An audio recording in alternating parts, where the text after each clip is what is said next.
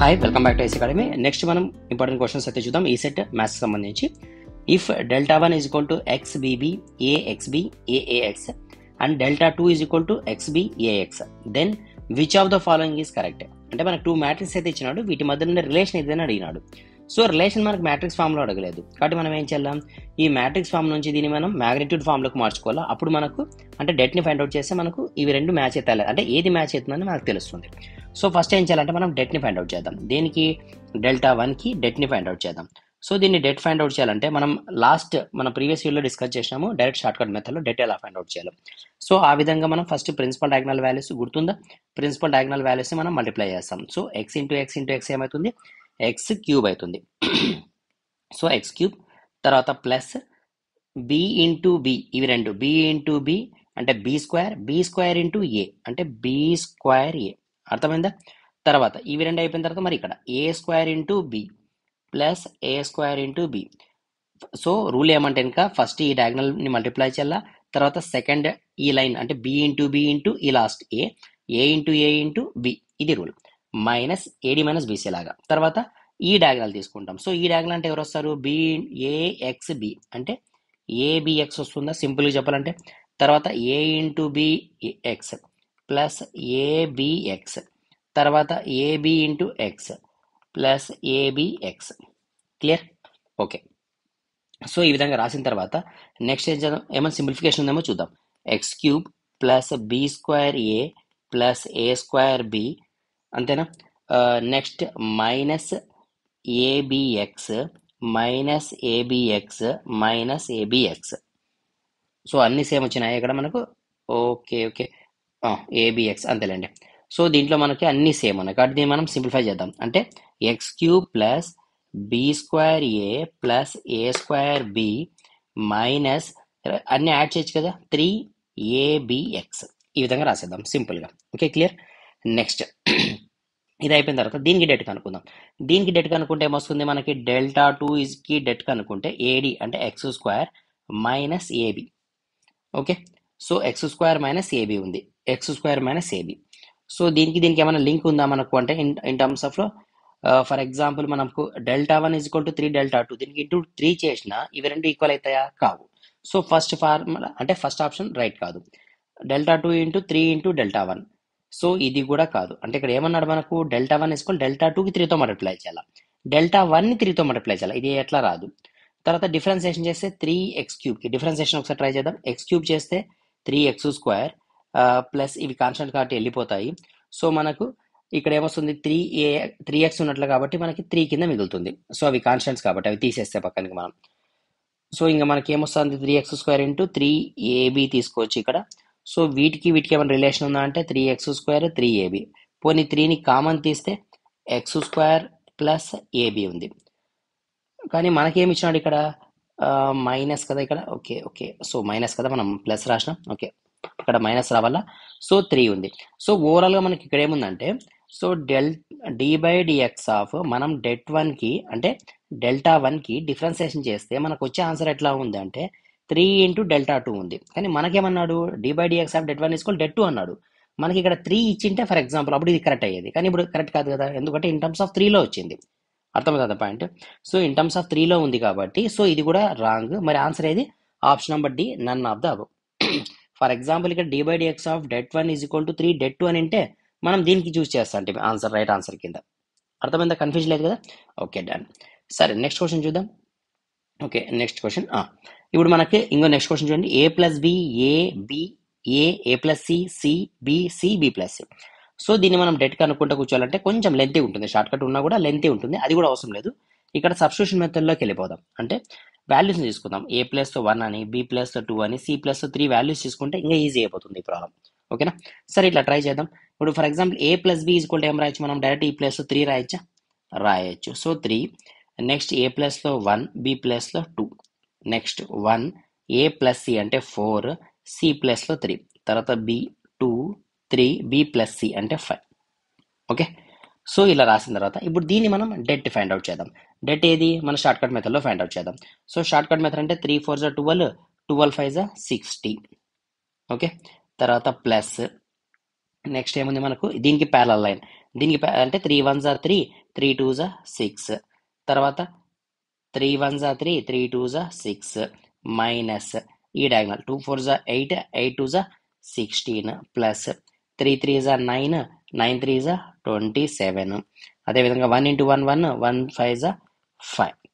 So మనకి answer ఏమొస్తుంది, ఇది ఒక 12 అంటే 72 మైనస్ 27 29 39 39 44. సో 74 నుంచి 44 పోతే మనకు 30 మిగిలేది. సో ఇక్కడ 30 అంటే 28 ఆన్సర్. అర్థమైందా? ఇప్పుడు మనకి 28 మ్యాచ్ ఏ విధంగా ఇక్కడ ఉన్నాయేమో చూద్దాం. అంటే ఏ వాల్యూ ఎంత ఉంది, 1 ఉంది. అంటే ఫస్ట్ ఆప్షన్లో ఇక్కడ 1 ఉంది, బి ప్లస్ 2 ఉంది, సి ప్లస్ 3 ఉంది. అంటే 3 2 జా 6, 6 4 జా 24. అంటే ఇది కాదు.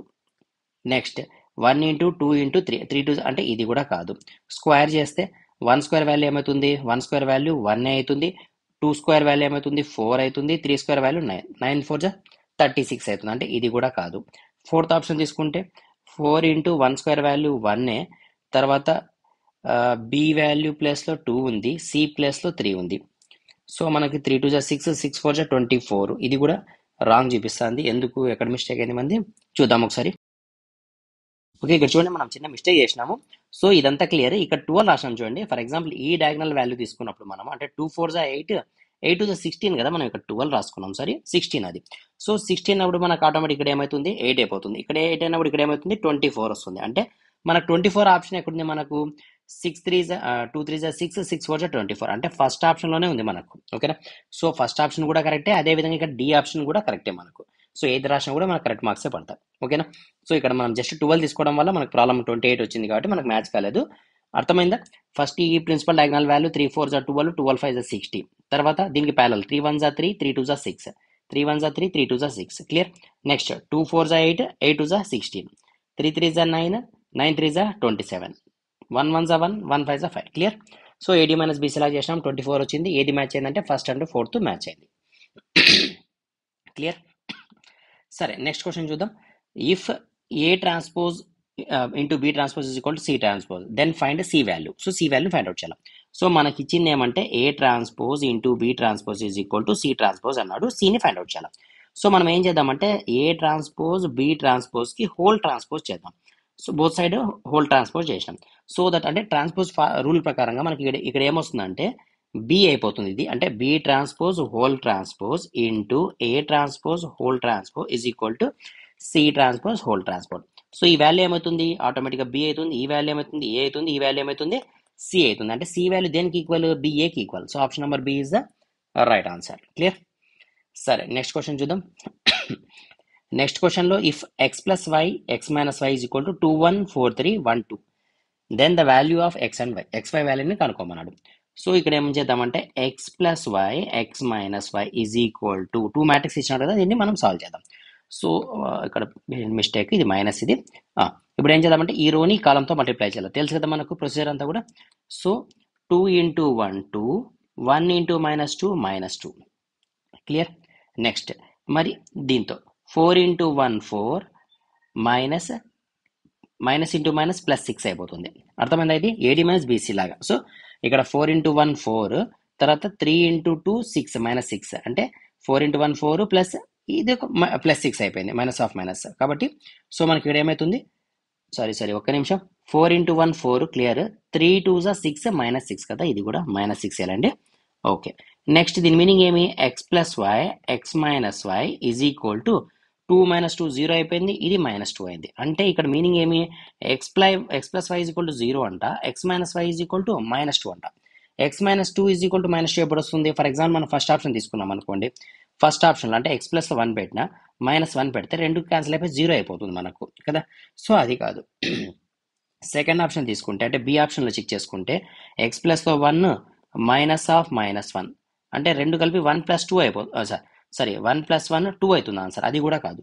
సో థర్డ్ ఆప్షన్ చెక్ చేద్దాం. ఎక్స్ ప్లస్లో -1, వై ప్లస్లో 1.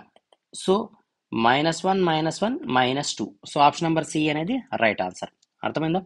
సో ఎక్స్ ప్లస్లో -1 సబ్స్టిట్యూట్ చేయండి, వై ప్లస్లో 1 సబ్స్టిట్యూట్ చేయండి. సో మనకు వచ్చే ఆన్సర్ -2. ఇది అర్థమైంది కదా.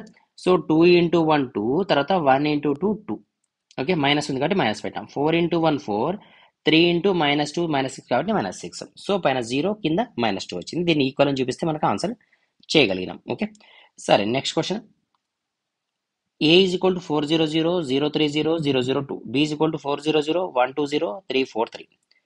So det A plus det బిని ఫైండ్ అవుట్ చేయాలి. అంటే ఫస్ట్ ఏకి డెట్ ఫైండ్ అవుట్ చేయాలా, బికి డెట్ ఫైండ్ అవుట్ చేయాలా. సో డెట్లో మనం కొన్ని ప్రాపర్టీస్ చూసినాం. మనకు అప్పర్ ట్రయాంగిల్ కానీ లోయర్ ట్రయాంగిల్ కానీ ఉంటే, ఇప్పుడు మనకి ఇది ఏముంది ఇక్కడ చూడండి, మనకి ట్రయాంగిల్స్ ఉన్నాయి. అంటే ఓన్లీ డయాగ్నల్ వాల్యూస్ మాత్రమే ఉన్నాయి. డయాగ్నల్స్ వాల్యూస్ మాత్రమే ఉన్నా, లేదా ఓన్లీ అప్పర్ ట్రయాంగిల్ ఉన్నా, లేదా ఓన్లీ లోయర్ ట్రయాంగిల్ ఉన్నా, మనకి డెట్ ఫైండ్ అవుట్ చేయాలంటే మనం ప్రిన్సిపల్ డయాగ్నల్ వాల్యూస్ని మల్టిప్లై చేస్తే సరిపోతుంది. సో 3 4 12, 12 2 24. అంటే ఏకి డెట్ ఎంత 24. అదేవిధంగా ఇప్పుడు మనకి లోయర్ ట్రయాంగిల్ సేమ్ ప్రాసెస్, 4 2 8, 8 3 24.